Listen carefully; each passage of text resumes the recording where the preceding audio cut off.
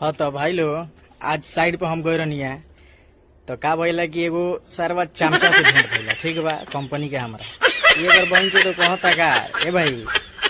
क दिन भइल अइले तारा तो हम कहने ये लगभग हो गइल 2-3 महीना तो कहता भाग मर्दे का करे चल गेलो है एकर बहन जो तो बड़ा महा बेकार कंपनी बा तो हम कहनी भैया कंपनी बेकार बा तो तू क दिन से बाड़ो तो कहता हमरो हो गई 2-3 साल अब जाएम घर हम कहने तो तू ना मरा होता है 3 साल जब हमारे 3 महीने में तू कहत रह कि खराब कंपनी बा तो तू ना मरा होता 3 साल से